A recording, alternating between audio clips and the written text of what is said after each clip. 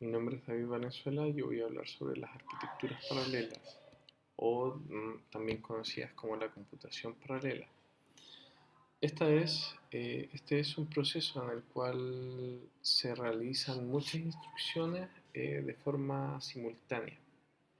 Esto se produce debido a que existen eh, grandes problemas hoy en día, los cuales se necesitan procesar de una forma más rápida y para poder hacerlo se subdivide este problema y se reparte estas tareas entre distintas computadoras, distintos procesadores, que se verá más adelante cómo funciona.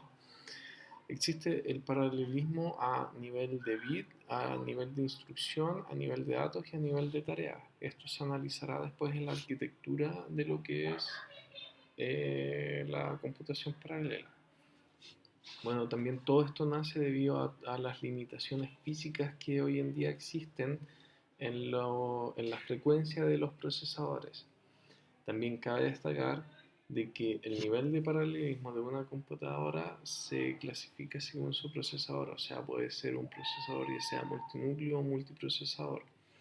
Y luego si se desea trabajar con mucha más potencia, o sea, más de un computador, ya se debería trabajar con clusters o MPPS o si no grids, etc. Estas son computadores conectadas y que están trabajando para un mismo propósito, es decir, para un mismo proceso o tarea. Por último, la dificultad que posee este como cambio de paradigma, porque generalmente se está acostumbrado a una programación secuencial y cambiar el paradigma a que todo tenga que funcionar como en forma paralela. Es muy común que se generen errores o si no tareas mucho más complejas, por así decirlo, y debido a que debe existir un nivel de detalle de comunicación y sincronización dentro de estas tareas. Estos procesos se dividen en lo que se denomina hilos, que vendrían siendo las subtareas, y luego existen las hebras, que sería algo mucho más pequeño que estas subtareas mencionadas.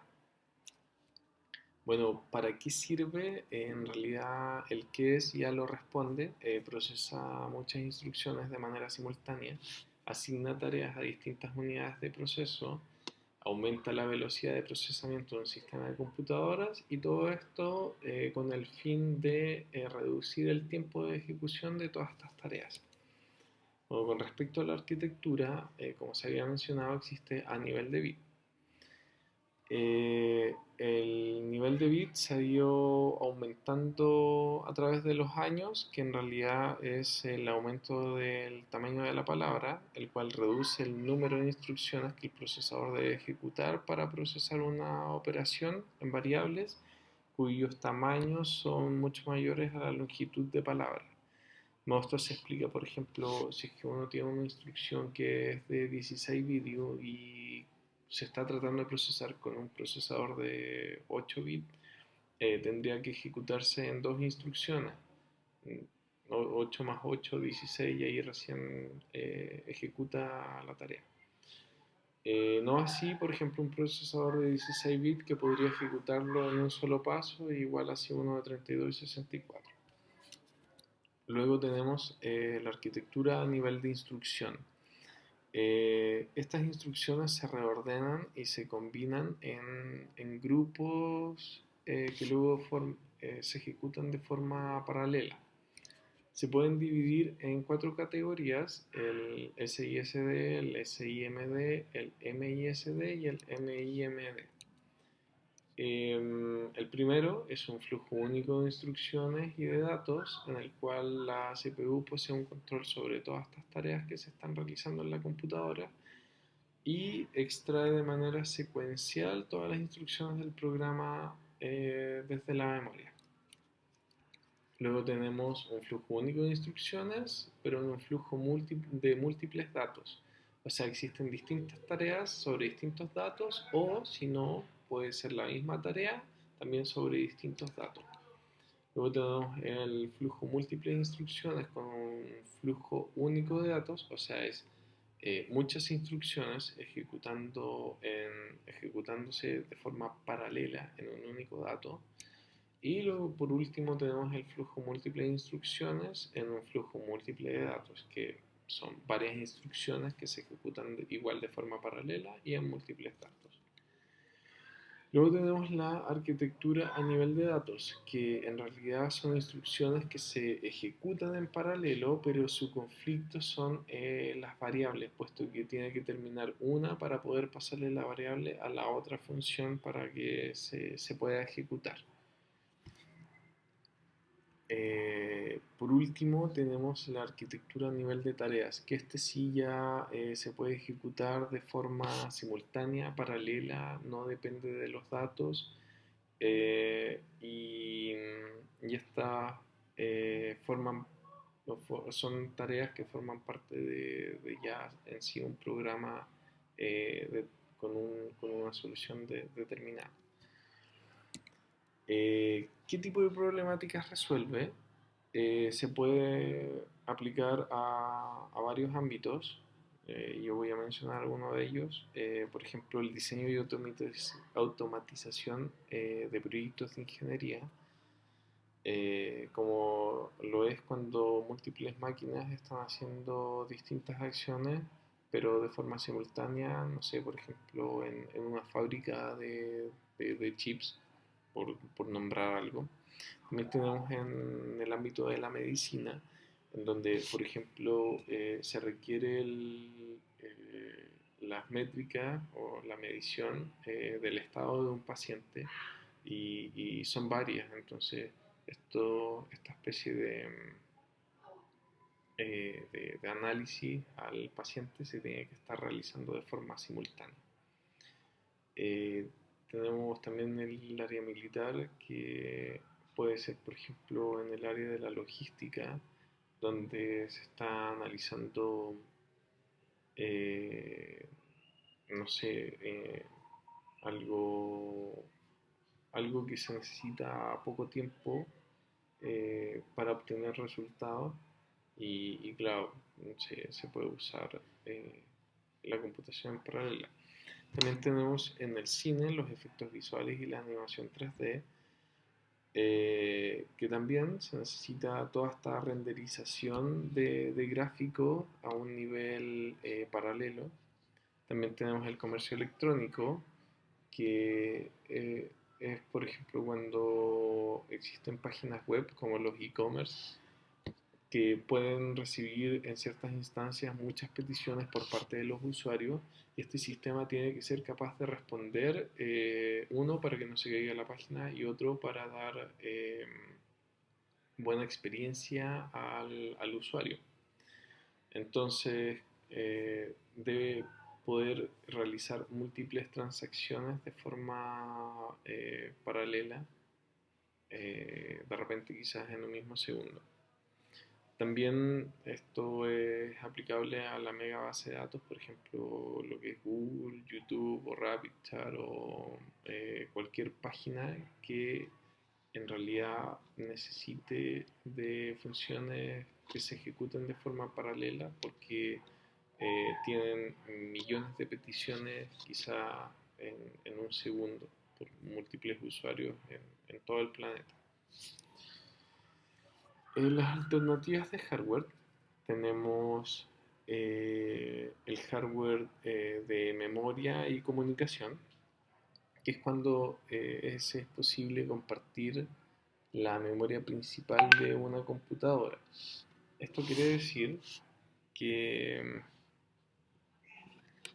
esto quiere decir que cada elemento de procesamiento tiene su propio espacio en la memoria local, o sea, tanto lógica como físicamente. Existen dos tipos de acceso a esta memoria. El UMA, que es el acceso a la memoria uniforme. Esto es debido a que posee una igual latencia y ancho de banda. Y luego tenemos el NUMA, que es un acceso de memoria no uniforme, porque claro, estas métricas, esta latencia y ancho de banda varía y no es igual. Luego tenemos la computación multinúcleo, que es lo que hoy en día se conocen como los chips de las computadoras, que pueden poseer varios núcleos, por ejemplo, o core, como se le quiera denominar. Por ejemplo, un procesador dual core, octa-core, eh, de 4 núcleos, a eso se refiere. También tenemos la computación en clúster, que es un conjunto de computadoras que están trabajando en sí para un mismo propósito, para una misma tarea. Hoy en día es muy común verlo en el escalamiento horizontal que ofrecen las nubes como Google Cloud o Amazon Web Service. Tenemos el procesamiento paralelo masivo, que es cuando existe una sola computadora, pero tiene a su disposición muchos, demasiados procesadores, más de 100, que están conectados a través de una red y, claro, sirven para trabajar en instrucciones de forma paralela. Después tenemos la computación distribuida, que son computadores que están trabajando en conjunto a través de Internet. La única desventaja de esto va a ser el ancho de banda y la latencia que la conexión posea, puesto que estas necesitan el acceso a ciertas memorias, a ciertas instrucciones, etc. Por último, tenemos las unidades de procesamiento gráfico, la GPU, que en realidad funcionan como un coprocesador para el procesador principal de la computadora, que por ejemplo el procesador principal eh, procesa, valga la redundancia, instrucciones algorítmicas más matemáticas y la GPU está procesando o renderizando todo lo que son los gráficos, ya sea por ejemplo de un video, de videojuegos, entre otros. Por último, tenemos las alternativas de software. Por ejemplo, OpenMP, que sirve como una API, la cual permite a los lenguajes de programación multiproceso utilizar la memoria de forma compartida a través del paso de mensajes entre estos.